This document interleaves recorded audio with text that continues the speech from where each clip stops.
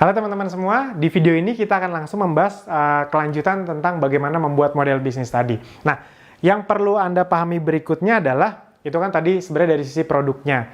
Nah, ini saya coba jelaskan lebih global lagi, gitu dia. Sebenarnya itu tadi kita udah langsung dalam tuh, langsung main ke produk. Nah, ini sebenarnya kita akan chunk up itu yang naik ke atas dari sisi model bisnis yang lebih globalnya lagi. Nah, yang perlu Anda pahami adalah, selain kebutuhan-kebutuhan dasar, ada 3 niche market. Niche market itu ceruk pasar yang besar yang bisa Anda masukin. Anda harus paham dulu nih.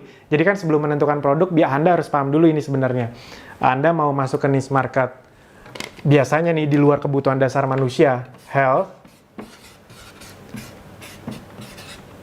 wealth,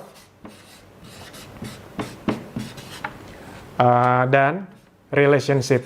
Jadi ceruk pasar yang bersinggungan dengan 3 hal ini, itu adalah ceruk pasar yang sangat besar, atau produk-produk yang bisa bersinggungan dengan ceruk pasar ini, kesehatan, kesejahteraan, dan hubungan yang lebih baik. Semua orang ingin punya hubungan yang lebih baik dengan siapapun, itu permintaannya tinggi, ceruk pasarnya tinggi. Jadi ketika Anda benar masuknya, ya biasanya barang Anda bisa laku. Nah, ini banyak sekali versinya, saya akan coba menjelaskan dengan sesederhana mungkin. Nah, jadi kalau health ya udah produk-produk yang memang bisa meningkatkan dia dari sisi kesehatan. Semua orang ingin lebih sehat.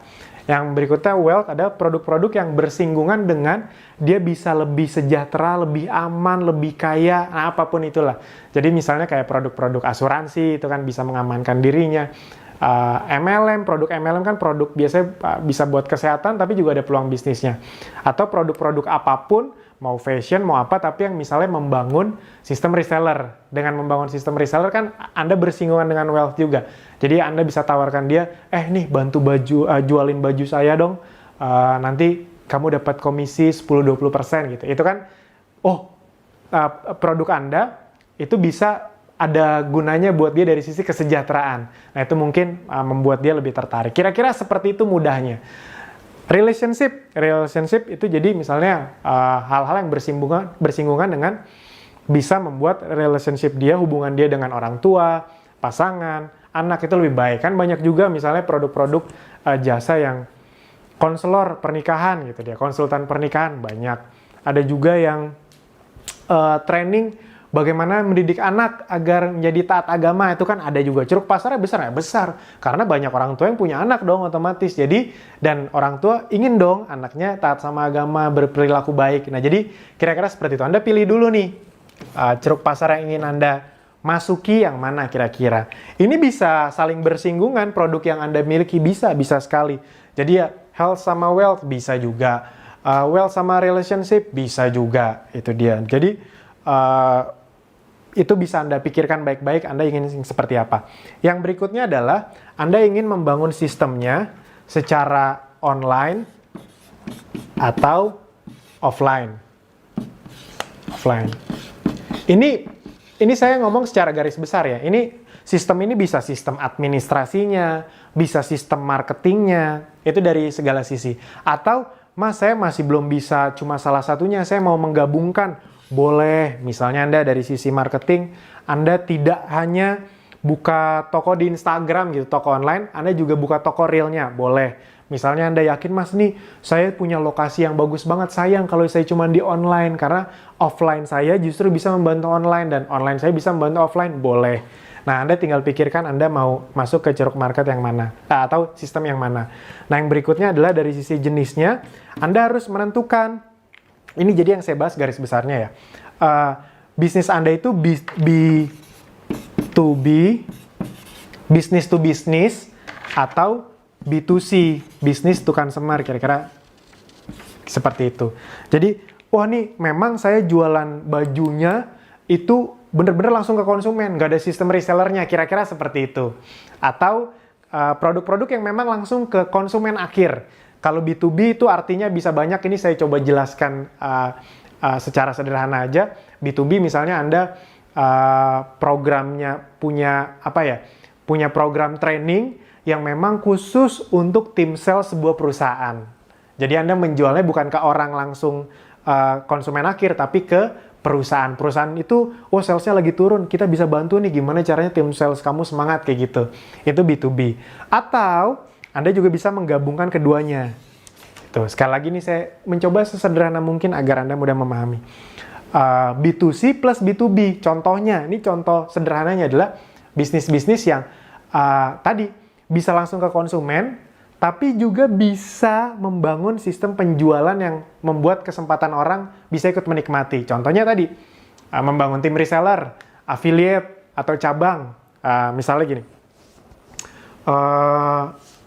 banyak nggak produk-produk yang awalnya itu dia misalnya kayak jualan fashion, dia jualan langsung, tapi lama-lama ada yang nanyain, bisa punya sistem reseller nggak? Saya boleh nggak bantu jualin? Akhirnya dia bikinlah sistem resellernya. Bagi komisi 10%, 20% terserah. Nah akhirnya yang tadinya dari B2C, B2B-nya juga dipegang. Akhirnya dia nggak cuma ke reseller, dia juga masukin bajunya misalnya ya ke Ramayana gitu kan bisa juga. Jadi bisa B2C plus B2B. Nah jadi teman-teman Bapak Ibu semua, Anda tinggal pilih Anda yang mana. Yang berikutnya juga, ini tuh sangat mempengaruhi. Nah, jadi ini sangat mempengaruhi ke sistem bahasa sederhana saya, marketing Anda. Kalau bahasa orang MLM itu marketing plan. Marketing plan itu sebenarnya bukan dimiliki oleh MLM saja. Semua bisnis tuh butuh marketing plan-nya. Nah, contoh, kalau Anda B2C ya jelas ya, langsung ke konsumen. Nah, yang perlu kita pikirkan kalau Anda B2B.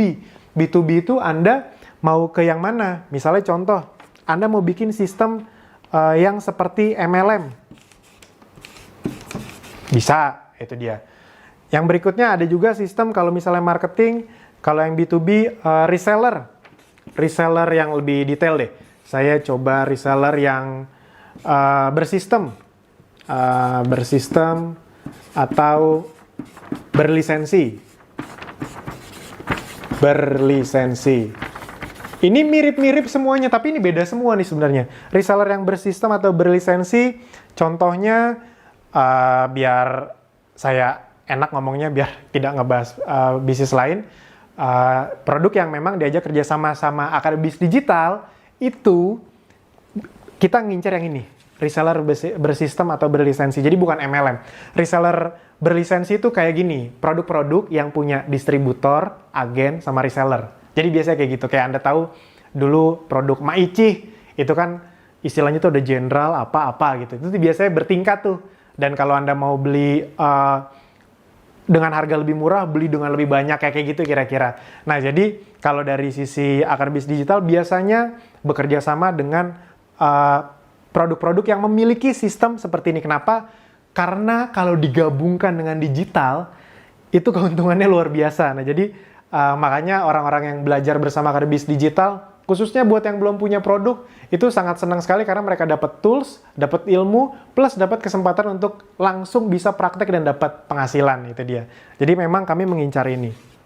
Itu rata-rata keuntungannya bisa sampai 25-40% untuk para orang yang memang ikut membantu menjualkan produk-produk yang sistemnya seperti ini. Jadi memang besar. Itu bukan cuma Ezenzo saja, pokoknya produk-produk yang memang sistemnya seperti ini itu biasanya sangat menguntungkan, apalagi kalau orangnya jago jualan pribadi gitu dia. Nah enaknya sistem digital sekarang, digital marketing, membuat semua orang jago jualan, even yang nggak jago ngomong, even yang nggak jago jualan, yang malu kenalannya dikit. Tapi kan kalau digital kan kenalannya emang nggak harus banyak. Anda tinggal main Facebook Ads, Anda bisa main copywriting. Nah, di Akademisi Digital itu semuanya disediakan. Copywriting disediain, videonya disediain. Nah, kira-kira seperti itu.